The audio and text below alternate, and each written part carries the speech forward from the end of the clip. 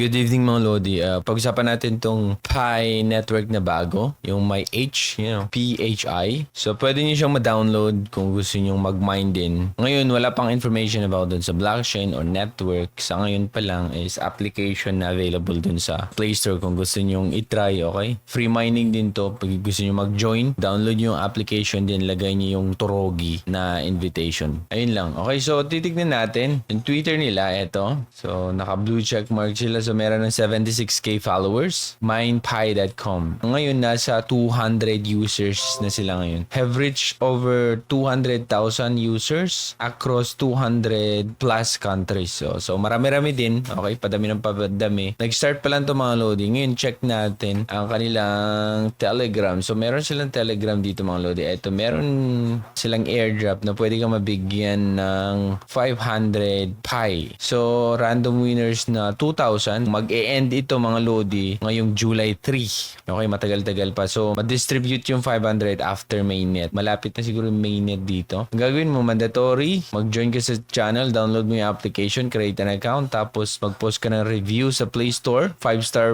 rating, follow mo siya sa Twitter, at saka send your Pi network email wallet to contactmine.pi. Okay, so gawin natin nga yan. Una is download natin. Na-download na natin yan. Naka-join na tayo. Eto, naka-join na tayo dito sa channel na to.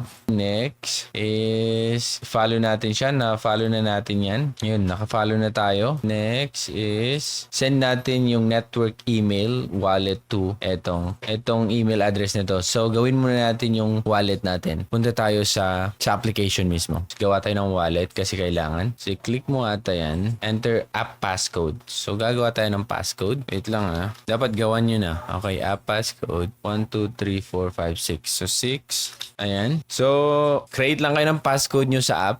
Make sure na i-save nyo yun. Tapos, eto na. Mag-create na tayo ng wallet. So, create new wallet So, create new wallet. So, hindi ko ipapakita sa inyo itong recovery ko. Make sure na i-copy nyo yung recovery nyo, okay? Copy. Tapos, click done. Pag na-copy nyo na, i-save nyo itong recovery phrase and done. So, ulitin nyo siya dito. Okay? So, ano ang una? Ulitin nyo lang siya, okay? Yun na i-copy nyo, sundan nyo.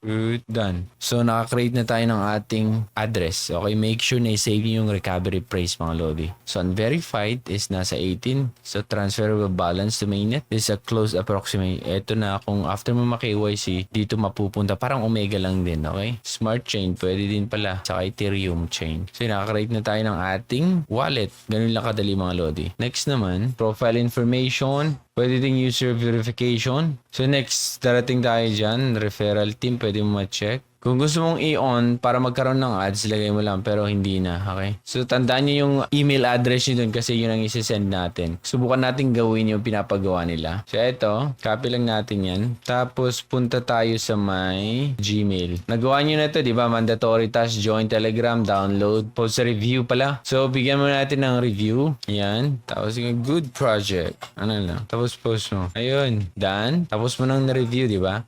So, i-update mo din kasi nag-update siya After nyan, mga Lodi, balik ka dun sa email. Magsisend tayo ng email sa kanila. So, eto na, ginawa ko na yung email. Eto yung kukunin mo na email, contact@minepi.com. So, ang subject ko na lang yung title ng airdrop nila. Tapos, hello. Tapos, lagay mo to. Kasi, yan yung email na ginamit ko sa app. So, sabi niya, send your Pi network email wallet, sabi niya. So, copy ko lang yung Pi network email. Cancel muna natin. So, Pi network email wallet. Okay. Here's my Pi network email wallet. Ayun. Ganyan. Tapos, send mo na. Ayun. Nasend na siya. So, nakasali na tayo sa kanilang airdrop, mga Lodi. Okay. Ganun lang sumali sa airdrop nila. Okay? Ayun, wala pang gaanong ganap dito sa Pi network kasi nga. Pero check natin yung update nila. Bago pa lang. Pero waiting tayo, okay, na parang Omega lang din kasi nakikita mo yung option din na i-connect ang smart chain, mga ganun. So, kung magiging available to or mag-open mainnet to ngayong year or next year, di mas maganda. So, update din tayo sa Sidra Bank, mga Lodi. So, kung hindi pa kayo naka-connect, meron akong video kung paano mag-KYC sa Sidra Bank. Medyo matagal-tagal yung KYC kasi ikaw talaga magpa-process, okay? Ang advice ko na gamitin niyo yung driver's license or passport or yung kompletong information na makikita sa ID nyo kasi kailangan siyang i-crop para merong may lagay sa blank. Okay, Okay, dapat yung clear para approve kayong lahat. Okay, ngayon, etong nagustuhan ko eto yung CEO or founder ng Sidra Bank. Ito na yung matagal nating inaantay. Ayan nabanggit niya about Sidra Bank. Kung i-translate natin yan. Sabi niya, the Sidra Bank project was won as the best project in the global competition to support the innovation and entrepreneurship system from the year 2022. First place, gold medal, Bank Sidra, Qatar. Okay? Ayan itinag niya. So, itinag niya yung Sidra Bank. Ito siya, Sidra Bank. Okay, make sure, okay, pag i-check nyo kung sino siya, kilala siya sa Qatar bilang isang magaling sa tech, okay? At marami siyang mga book na create. Okay, so itong Sidra Bank mga lodis, kompleto yung team dito, okay? Ang challenge din dito sa Sidra Bank mga lodis, yung pag-KYC talaga. So make sure na i-follow nyo. Meron akong, ilagay ko yung link para sa YouTube video. Dito sa baba din kung paano mag-KYC. Sundan nyo lang siya ng maayos lodi para makapag-KYC. Importante yun, okay? Para ma-verify talaga kayo. Ayun, ang Sidra Bank mga lodi, gumaganda siya. Kung wala ka pang Sidra, yung link nasa baba, okay? At kung paano mag-KYC, andyan din yung link ng YouTube. Sundan mo lang yun para makapag-KYC ka, okay? So yan lang mga lodi. Ako si Torogi and thank you so much for watching. Bye.